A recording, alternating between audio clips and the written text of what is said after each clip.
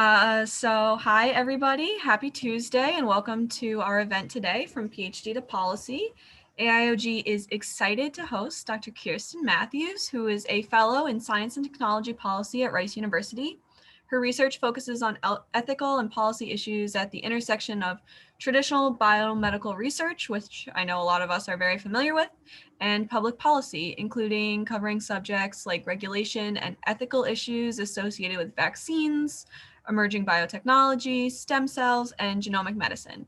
So all of Dr. Matthews' work is very exciting. I'm excited to hear about it from her. I'm just going to remind everyone, if you have questions, to please put them in the chat, and Rob will moderate at the end for any questions. And with that, I will turn it over to Dr. Matthews. So welcome and take it away. Well, thank you very much. Thanks for having me. It's kind of a pleasure to do this. I always like to talk to grad students, and this is a really easy topic to talk about because it feels like I'm just talking about myself. So who else could be an expert on myself than me? So that makes it less intimidating, right? So what I was going to walk you through is a little bit of my career and what I do. I'm going to make this, I think, a little short so that we can spend more time with questions. Feel free to ask about any of these experiences or how I describe what we do, or actually some of the specific topics that we do at the Baker Institute. Anything is open. So I start off with what I like to frame these conversations with frequently asked questions. So what I usually hear from people is questions like, how did you get that job? Sometimes it comes in the perspective of like, how do you get a job? Like, how could I get a job like that? Or how did you get that job? But we're going to walk through kind of a little bit briefly what it is I do and what the job is and how I ended up with. I also hear a lot, and a lot of people ask me about what is science policy specifically. So I'll just spend a minute or two where I walk us through the differences between science and how it's completely different from public policy and science policy. And then really more specifically is like, what do you actually do on a day-to-day level? And so I'll walk you through this. I did sneak this in. I know that it's a little bit showy, but I did meet Vice President Biden. So I was really excited because tomorrow is his inauguration.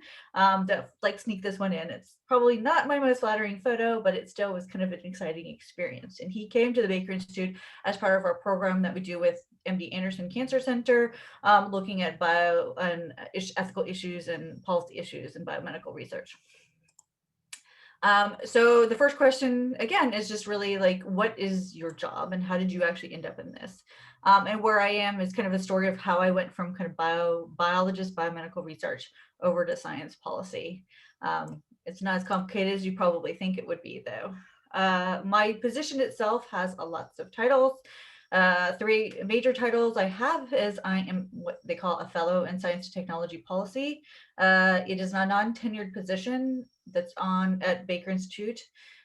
But that doesn't mean that I could get fired on any day. I have funding sources. I have kind of a contract with them for several years.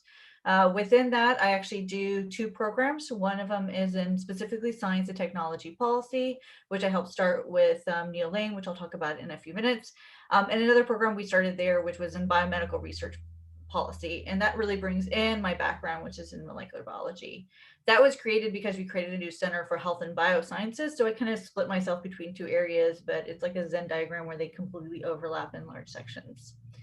In addition, I teach. I'm a lecturer with the Department of Biosciences. I've been doing that for about 10 years.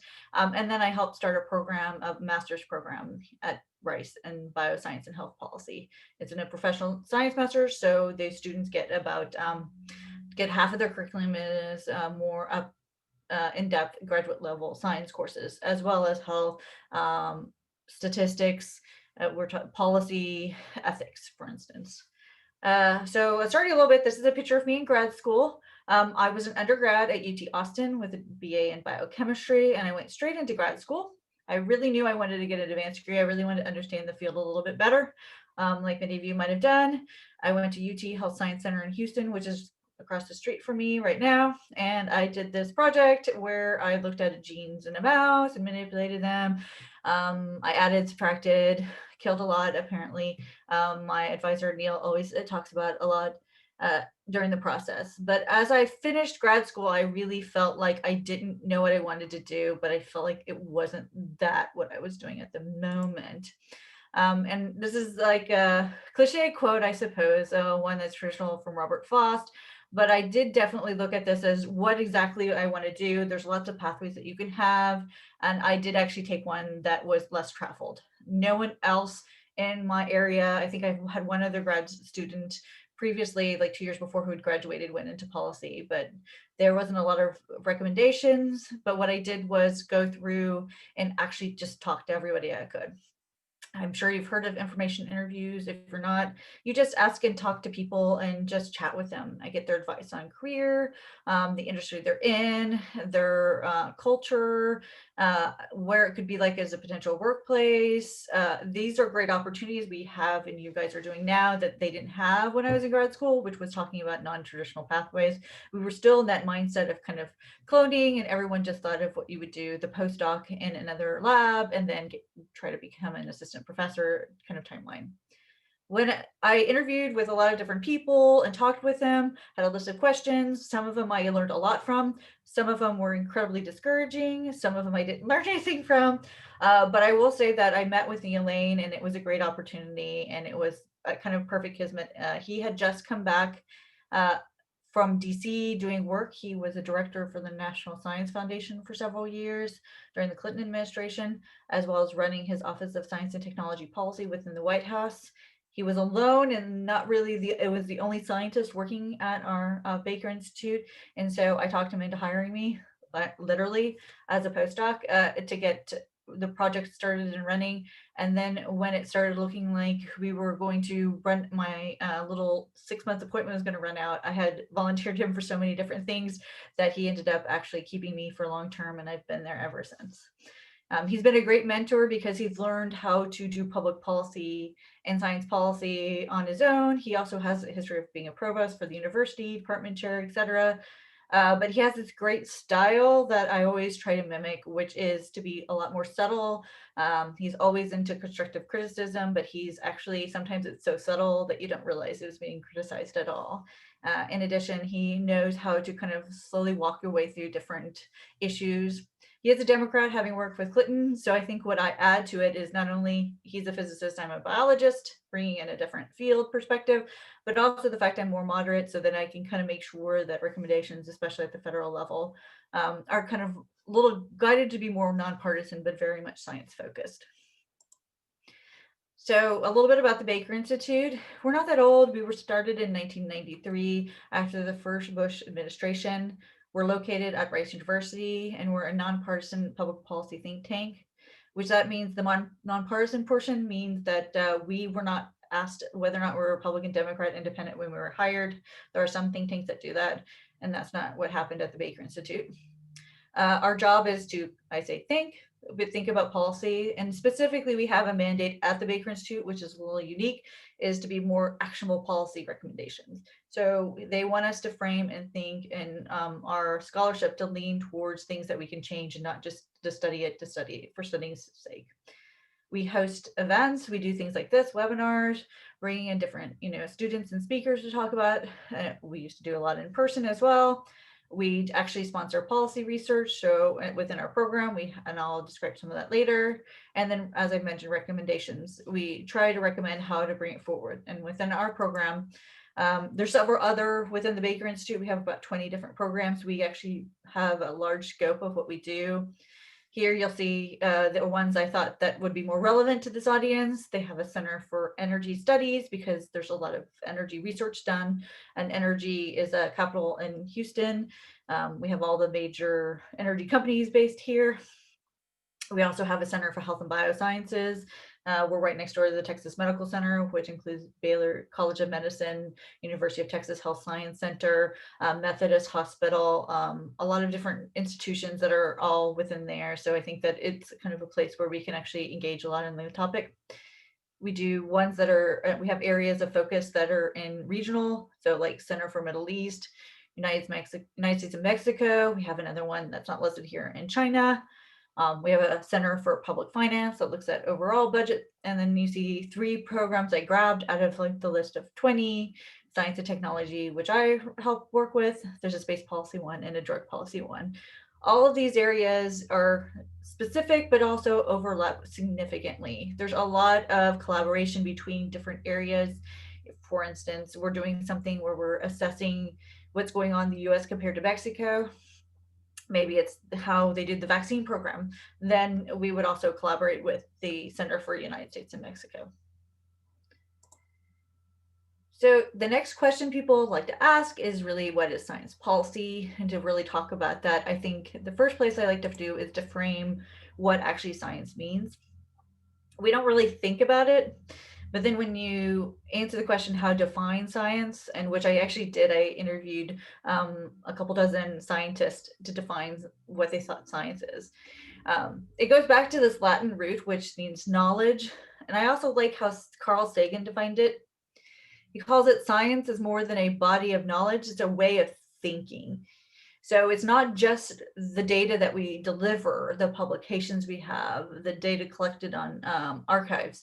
It's also this knowledge building that's hypothesis driven and experiment driven. And these are the phrases that I actually heard a lot when interviewing scientists.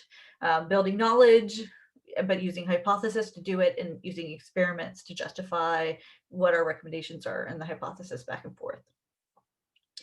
In contrast to science, where we can find several of these definitions that all kind of overlap with each other, public policy isn't so clean. I kept trying to look for a definitive definition for it. I pulled one from a textbook that I use for a particular class that talks about it as a processes involved in making government decisions, the factors that influence their decisions, and the manner in which those decisions are carried out. This is kind of true, and yet it feels like it's not quite capturing all the different angles of trying to develop those recommendations. What are the actual things that are actually in the laws that we're looking for? And it's also looking at it as a government, and it kind of makes the assumption all policies are done government, and not looking into the role of civil society organizations have policies, for instance, to help guide a lot. Non-government organizations like the American Academies or the National Academies of Science, Engineering, and Medicine. They have a lot of policies that actually end up turning into science policy, how we run science.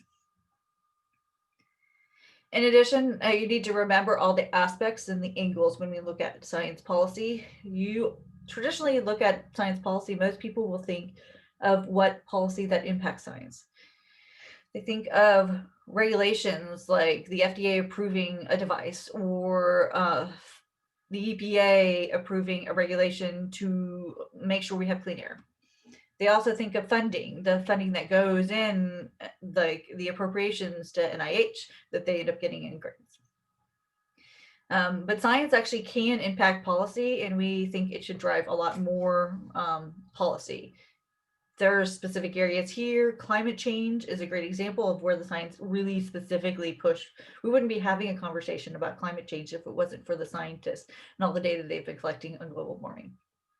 Technology development, but also COVID. This entire pandemic has been science driven, right? Our understanding of public health, how it spreads, what works and what doesn't work, has been flowing and changing over these past 9 months based on the science that and the information we've been able to get. I also look at this as science policies and ability to engage the public, and specifically policymakers, and help them understand what the role of science is, but also the different aspects of it. In order to understand how to stop COVID, how to stop the SARS-CoV-2 virus, you need to understand what the virus is and how it gets spread, and that requires your scientific data. And it's still too much to ask a representative to read all of that. I feel like our job is to fit between the scientists and those individuals to help kind of show and highlight all the different aspects of knowledge we've gained. So looking at science versus science policy, science we tend to think of as value-free. We think of it as objective. You look at this data, this is what the data says, right? This is what the statistics, significant or not, other things. It's concerned with generating knowledge, sharing data, and reproducing that knowledge to make sure it's accurate, and tweaking our hypothesis as we go. In contrast, science policy is all value-laden. It's really subjective. It's the person who's looking for what they're trying to get the outcome for. Is really concerned with incentives. If you're thinking of politicians in DC, for instance, elections mean a lot. It's concerned with the environment of discovery and innovation, and then it's a lot more concerned on science and society. So where science tends to be thinking of a discrete problem that's hypothesis driven, science policy thinks of it as like a large, big issues that drive society a lot more. So the last question people tend to ask is, what do you do? Here's kind of like snapshots of different times where I've been in different meetings or lectures or events right here in one of them. And I have a lot of different hats, and I was going to walk through some of those as well as the areas of research we have. So I, as I mentioned, do research. I tend to study ethics and policies for particular areas. Those I'll mention in a few slides from now. I teach two courses, one a general course on science and public policy, and another one in the bio area we refer to as the future of medicine, where we look at two different technologies, cell regenerative medicine and genomic medicine, and then look at it both historically, current technologies, and societal impacts, both policies and ethics. I do plan events to bring people in to talk about science policy, to bring people at Rice so they can tour the campus to learn more about what's at Rice, what's in Houston. I mentor students. I have one of the pictures in the center is me with two students that have worked for me. A lot of undergraduates are interested in science policy, not necessarily as a career, but as kind of an opportunity of learning how science impacts the public and impacts society.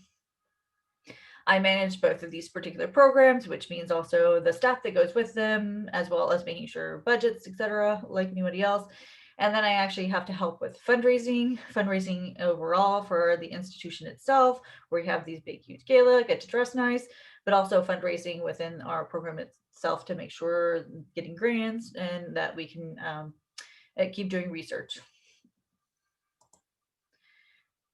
So I'm going to frame our two different areas based off of what the program they're in. So I run the Science and Technology Policy program with Dr. Lane. Here's his photo again. And I tend to frame this under the guise of what I refer to as a civic scientist. This was actually coined by Dr. Lane when he was at the National Science Foundation, and it's a scientist who uses their knowledge and skills to help impact the value of science to the public and show it as a public good.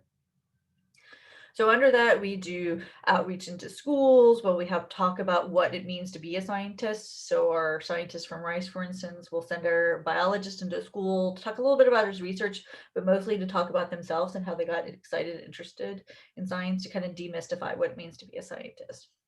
We also do lectures where we bring in people to campus to see the campus and then to talk to the public about science as a public good. And then we also do research to try to figure out how to improve science as an advisory capacity. And that's where these three projects underneath the Civic Scientist logo are. We talk about the public understanding and trust of science. And that's, for instance, doing interviews of scientists to figure out what they think is important. We do the US, we study the federal funding of R&D. So what are the trends, what we want, where should we be going? We've been working with a large task force that just released a report last September called Perils of Complacency, where they make really specific recommendations of what they think the federal funding should be and how we should be supporting basic research, for instance, a lot more than we are. And we also study science advice in the federal government level. Right now, we've been studying mostly predominantly in the White House. There's an Office of Science and Technology Policy, and then there's an external group of advisors, of scientists, and it's called the President's Council of Advisors in Science and Technology, where there's external scientists, CEOs of companies, and like the technology space that all get together that can develop recommendations and report for the administrations. This has happened all the way back through, I think the first one form of it, where it dates back to Eisenhower. But overall, our mission is to really provide a space for policymakers and scientists to engage in a really substantive dialogue to help make policy more consistent with our current scientific knowledge. So the other program I mentioned that's in the Center for Health and Biosciences is the program in biomedical research. And for this area, I do kind of lead quite a lot of research in a couple different spheres. Right now, everything is pandemic related, so I talk about that quite a bit because in the past, I've actually talked a lot about vaccines. And as I mentioned, I have a degree in molecular biology, so understanding virology is a part of kind of what we learned in graduate school. In addition, I'm interested in the ethics and policy of emerging biotechnologies, as we mentioned in the introduction, marketing and the exploitation of unproven stem cell based interventions, unproven interventions in general. I'm really interested. There's been a movement of right to try, that we should be able to go around the FDA and just go trying experiments and therapies that may or may not have any data showing that they work. I'm also really interested in human embryo and synthetic embryos. So the synthetics are the ones, embryoids, that are used, embryonic stem cells used to create that mimic different stages of a developing embryo. And then access to experimental unproven treatment is an area I'm interested in. So those are kind of my research areas, but one of the other kind of links in and questions I get a lot is different careers. So you can do science policy as a career like I have. I work at a think tank. Those can be associated with a university or not. There's a lot of opportunity also working in corporations or universities as a government relations officers. Although traditionally those people have experience in legislative, like the state or at the federal level, working for a congressman, for instance. There's also a lot of opportunity within advocate groups, especially those in science. So biomedical research groups like our disease groups. Parkinson's Network is one, for instance, a science society like AAAS that many of you probably are involved, or FASIB could be one. They hire scientists to do science policy work. Those are all kind of avenues you can look at. You could be a lobbyist where you actually try to push support specific areas. You can work in the federal government at different levels, the White House, congressional staffer. You'll work with department and agencies. I've had a couple of graduate students who worked in the State Department or the Department of Defense. One worked in bioterrorism within the Department of Defense, that just making relationships and making sure they were doing testing, for instance. You could even run for elected office. In addition, going back to this idea of a civic scientist, you don't have to shed your career as a scientist to really get involved in active in public policy. Now, I'm the one who does it full time, and I'd be happy to work with many of you if you're interested in doing it as a side mark, though. There's ways of attending these meetings, having these conversations, participating in public outreach programs, reading policy blogs, Twitter, keeping up with science policy topics, tweeting different ones that work really well, promoting scientific literacy within the public, writing your own, creating your own blog. You can do it as a group, you can do it as an individual, to disseminate different ideas, going through the whole social media and helping kind of elevate the conversation, flagging people who are spreading disinformation or promoting those who are studying good information and respecting the science. Definitely, if you find a specific issue, you should write and visit congressmen or staffers. The staff actually sometimes is even more important than the actual legislator themselves, because they're keeping track of everything and they can actually push something forward, where getting on the congressman's agenda might be really hard. Everyone wants to meet with them, but sometimes the staffer is the one who is actually writing the legislation. And if you can get them on your issue, then you're more likely to see a change within the principle. But I do want to actually mention that the key really is not just to talk, but also to listen to the discord. You're not going to be able to really explain what is and isn't working in your science policy and communication if you don't listen to what people's fears are. A perfect example is the COVID vaccine. If you listen to people's fears, they're saying things like, it's an RNA base, that sounds like genetics, you're manipulating my genome. And so we can walk through and have conversations about how an RNA vaccine does not change your genetics, and therefore promoting to both policymakers but the public having more access to the vaccine, distributing the vaccine, and not worrying about the vaccine itself. The worst thing that can happen in the middle of this pandemic is to have people afraid of the vaccine, not take the vaccine, or have legislators write things so that we're not able to distribute it as effectively as we wanted to because they're afraid of vaccines. And that's pretty much it for the presentation. I wanted to leave more time for question and answers, so I guess about half of it. But I do want to give you all this information of ways of contact. I guess I could also copy this and stick it into the chat in case we need to switch over to another view, but feel free to email, check out some of the work that we are doing. We have a blog we post to somewhat regularly, not the best right now.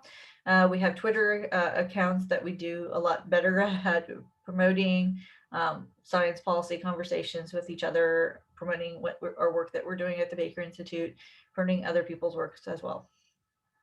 So thank you. Thank you. So we can open it up now for questions. Oh, my video didn't turn on. There we go.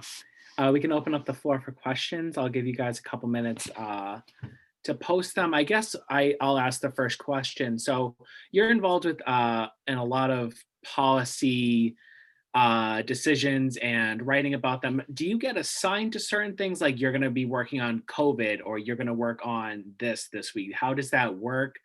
Do you have a team that you see, or does your boss, I guess, assign it to you, I guess? Okay, so that's a great question. Actually, what you do is depends on where you work. So I can describe what I do, and I can describe what a legislative staffer does. So I'm going to describe them first. So if you're working as a legislative staffer for the White House, they're going to tell you, someone's going to tell you what kind of areas you're supposed to be working on. You might have a pet project on the side where you really want to do an initiative on, well, for instance, they did the brain initiative. That was kind of a bunch of staffers working, but there's going to be priority ones. So you're going to see some of them saying there's this misinformation about vaccines, or how can we get vaccines distributed better? Or can you look at this particular research and does this research seem valid? Or how can we fix these regulations for the Environmental Protection Agency? So they're kind of top-down driven. My boss actually is now currently, because Dr. Lane is kind of partially retired, is a former ambassador for Syria and Israel. So he doesn't really pick topics. This isn't his area at all. I am the only PhD biologist in the entire office area. We have 2 physics PhDs with us. We have some MDs with us, but that's a different area. So it's driven actually by us and the team, and we kind of migrate like you would in a classic science project. So I have an endowment to work on stem cell policy. So a lot of things have this little thread and connection. That's where you see the unproven treatments, and then this interest in looking at that. You see that's where the human embryo and the synthetic embryo research is kind of a section of that. We also have a bed of grants from NSF to look at science advice in the federal government. And so that kind of spreads out, and we have a bed of money in the Civic Scientist program. And so that's how we kind of framed everything, so that it would all kind of interweave well together, that we're looking at making science a public good, looking at how to get better advice in DC is one of the ways. So that's our goal for that project, is to say, here are ways that when you walk in as your role, so we have now a new director for the Office of Science and Technology. Hopefully it was nominated by Biden, and he should hopefully get his Senate confirmation in the next month or two. And he also nominated 2 people for PCAS, those are the advisors to the president. Those I don't believe have Senate confirmation, so I think they have the job. We're going to hand them over recommendations of, here's the knowledge of what's been done over the past 20 years, and here's a few key things that you can learn from the past. For sure. We have a question. Is there a true ladder to scientific policy jobs, as in, what is the starting level science policy job versus an advanced career option? Where do you get started? Does it depend where you start, or like if it's federal versus through a university? Absolutely not. There's no pathway. My pathway, Neil's pathway, my colleague who's the other physicist there, Kitty Evans' pathway, have all been significantly different. Okay. Neil was a classic professor. He went through the chain, right? Postdoc, assistant, full professor, department chair. Then he ended up being the provost. Then he went off to what he refers to as 9-year sabbatical in DC, and then came back as a university professor, also having this great experience in DC and doing science policy. There's no way to plan yourself like, okay, this is how I'm going to become the science advisor for a president. That's just really not achievable. Okay. So I would recommend, or becoming the director of NSF. There's a little bit of luck involved in that. Now, granted, you can have in your, like, I want to be a president or provost of a university, but still that's a little challenging, right? There's no specific pathway for it. There's lots of different ways of getting exposure to policy. It depends on what you're interested in. Mine is more academic. It's like a deep dive into specific issues. So we write longer papers, we work with our faculty, everything is done collaboratively. But if you wanted to try going in an agency DC experience, you could spend a lot of time and progress up as a Hill staffer, and then that transitioning into agencies or transitioning over to the White House is easier depending on what party you affiliate with. If you do that route, you have to affiliate with a party because you're representing somebody, a senator or congressman who is a political party. Where if you go in agencies, there's a little more flexibility of not having to actually do that because there's more civil servants that you can stay as a career. Okay. Fantastic. I have a question from Celia. How do think tanks generally connect with lawmakers and make themselves known in order to influence them? Are they always mandated top down to look at certain areas, or is there some bottom up influence to find lawmakers who have some say in a policy of interest? Okay, so I don't think it's really a top down thing. I think it is a pull up quite a bit. There could be a little bit of a top down, but most of it is actually us promoting ideas to them. So they're looking for good ideas for policies. Everybody wants like their little thing that they can take home and say, this is what I achieved with you. You want to look at, for instance, in science, there's a committee for science in the House of Representatives. It's now run by Representative Eddie Bernice Johnson. So you look at her, you look at people in her committee, and you say, hey, these are great ideas, and you try to promote it with them. You meet with their staffers. But what helps isn't just saying, I have this idea. It's actually building kind of data to help you with it. So that I mentioned the perils of complacency that we report that was published in September. We spent 2 years collecting all this data. Some of it already existing. Sometimes it's just us repackaging it to go with, this is what we're suggesting. And what we're suggesting is an increase in science research because we see science research specifically going down, right? You have especially basic research, I think is the major focus. We don't see as much basic research because Congress doesn't understand its value. They only think of applied a lot more. They think of development of different things. They think of clinical trials as development. They think of applied, COVID, like your research is helping us understand COVID. They're not thinking of the background of all the information, like chemistry that was involved in order to find the right chemical that you can link to this so that now we can trace it now when we use a machine that was created by physicists. They're Right. always made, that's not their, and that's what we try to do is put this in a package and then push it forward. Interesting. So I have another question then. So that really is all based in science literacy, which is a huge problem, really not in the US, but around the world. Is there anything as we're participants, most of us are scientists, graduate students, postdocs, or even some undergraduates here. Is there anything that we can do to help science literacy as a whole? Yeah, I think what we also do is a lot of science literacy. So pick something and then try to be able to project what you do to, I think, the common public and why is it of value. What I would really love to see is, this is a great and it's probably a diverse group of individuals, is you to have the ability to give kind of an elevator pitch of what your research is so somebody with no science background can understand. I have in-laws that are, one was a housewife, one was in business. They hadn't taken biology since high school and they were in their 60s. So that's been a little bit of time. And that's what you see for policymakers. So be able to walk through the concepts. My PhD, I genetically manipulated mice to figure out whether or not there were particular proteins that were involved in the immune system had a significant role and how. And that's it. If I'm talking to you, I could dig into, and you're a biologist, I could dig way more into like the details. Oh, it's part of the complement system. Oh, this is the name of the protein carboxypeptidase N. But sometimes you have to just be able to walk through what it is. And if this group could be able to not only just talk about what their research is, why it's interesting and significant publicly, even if it's basic research, that will help promote what research, especially most of you guys are going to have some tangent, or your advisors has a tangent to public funding. It will help us promote to policymakers why science is a public good and we need to keep funding it. Absolutely. That's a fantastic point. I mean, I think, all of us are smart in our own ways in our own fields, but doesn't mean anything to the public if you use big words that they don't understand. So yeah, and again, it's a public good because you're getting funded from them. So you need to be able to explain to them what you're doing. one-page documents that have really cute pictures, infographic kind of things that you can use on social media that you can show to others is actually one of the best ways to kind of promote what you're doing publicly. Absolutely.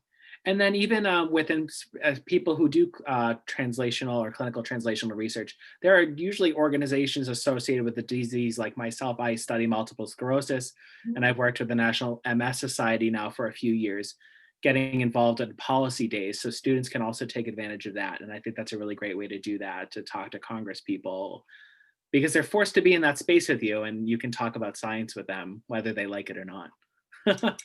Yeah, and we've started a new program. We started with right students, but hopefully we can expand it out where we spend a semester chatting with them. We meet we spent all year actually because of the pandemic, but we met with them every Friday for about an hour and a half. Those usually never ended on time. They always went on, but we walked through all these different ways of helping improve communication to the general public, but also policymakers. In addition, kind of what the federal process and the budget process is, those kind of details in order to make them kind of how can they fit their research into it. And in the end, we had them meet with congressmen as a group. And then I also placed them in with Neil Lane when he's pitching his Perils of Complacency report. He'll get a meeting with a principal. So he'll get it with one of the representatives where we usually get it with the staffer. And he'll have a completely different conversation, and then we'll throw one student in because I tell them it looks better because Neil's in his 80s to have somebody who's in their 20s, like the future of research. And so there's a value of having some view students that are interested in getting a lot more experience in talking about your research and promoting it with the congressman. And this, again, doesn't have to be a full-time job. This could be just something you do on the side. And the majority of the students in the program, we only had about 10 the first year, aren't going to do public policy as their future career. But now I have all these really smart people who are willing to represent the university and science in general that we hope to kind of help spreading and disseminating in the future. Absolutely. We have a question regarding, do you have any recommendations of programs, whether it be internships or postdoc programs, if a PhD grad wants to transition or work in government science policy? Top of my head, I can't think of a lot, but I do know AAAS has an amazing program, and those are connected with a lot of science society. That's kind of like the top tier one. I would also look into your societies that you're in. You mentioned you're in MS. There might be some opportunities there. I mentioned FASAB. It's with the Federation of American Science, or American Societies in Experimental Biology. They collect all the smaller societies that are more niche, like perhaps the MS one, and then have one huge office in DC so they can have a bigger impact. They're kind of a great opportunity to look into. There's internships at the national academies you can do after, or you can actually do while you're getting your PhD. That gives you access, it gets you into DC. Well, if you could travel to DC, post-pandemic, but it gives you access to those individuals and how they run there, but also how everything runs in DC as well. Absolutely. And the last question I see here, do you have any resources for people to seek education beneficial to science communication or science policy? I'm not quite sure what she's asking. You know, resources. Any website that, like, did you use any resources to help you train or? Oh, okay. So I actually, one of the first things I did was take a course on writing. Okay. I started way back learning grammar and how to write more effectively again because I feel like I kind of niched myself in the sciences of avoiding all these humanity courses, and in the end, now I use it a lot. I'm not going to say my writing is like beautiful. It's not going to get a Pulitzer. On the other hand, it's improved vastly. I'm able to do it a lot faster, and it's kind of a skill like everything else. The more you practice it, the better, and you can flow and figure out how to work with it. Um, so that's why I suggest things like writing op-eds and blog pieces. I think it's just having and reading and writing and getting into the space, I think is one of the best areas to start doing. And then talking about science and science policy a lot, engaging with in those informational interviews and with others who are working in this space also helps quite a bit. For sure. Another question regarding skills. So what kind of skills would you say different programs or experiences are looking for in PhD grads interested in policy. For example, if someone was interested in working in DC, would it be a good idea to know X or have X? If you were interested in think tank, what should you be good at? It's like such a nice scientist, and you're like an X and Y, and I they're like know, fill in the it's so blank. Okay, so it is a lot of it is communication skill, right? You need to be able to work through information and present it to policymakers, help them understand. So what they are going to look for is some experience that you've had, things that you've published, even if it's a blog. You can show you, here's my writing skill, or yeah, writing sample of something that I've done. And like how you communicate, present, work your way through, working with each other. I definitely recommend also peer reviewing each other if you're interested in submitting samples or submitting something. There's also a journal for science policy and governance, and that's actually a student journal. So that's a great opportunity to read those articles, but also submitting through there to get yourself published in like the little space that'll make you stand out from others. Oh, And interesting. if there's any other internship, if you have anybody at UConn or in the area, there's a lot more opportunity also to intern virtually now. Finding people who work in policy and asking if they need any help. Volunteering if you have a political party that you're interested in, volunteering for the members, volunteering for campaigns when we start rolling through the next one. Also, it's a great way. Fantastic. Are there any other questions? I can also plug the student that just asked the question. She runs the WashU Glia group out of Washington University, and you can find them on Twitter if you like Glia, and they host their meetings online. So just so you know, Okay. all you neuroscience fans. Any other questions? I think we had a lot of great questions today. And I did actually put all my information from the last slide on the chat in case anybody wants to email directly any questions or in the future, or check out any of our Twitter blogs, etc. Fantastic. And we can blast that information out to everyone that attended today as well. And I'm sure there will be a short article written on our website. If you guys want to check out our site, ctaiog.com, we'll have an article about this, and we'll also have a video posted from today's session. If you want to go back and look, take a look at those resources, or maybe you missed something. Yeah. I'm surprised nobody asked me anything about politics. No question. Well, I mean, it's a bit sensitive right now. I mean, tomorrow is the 20th.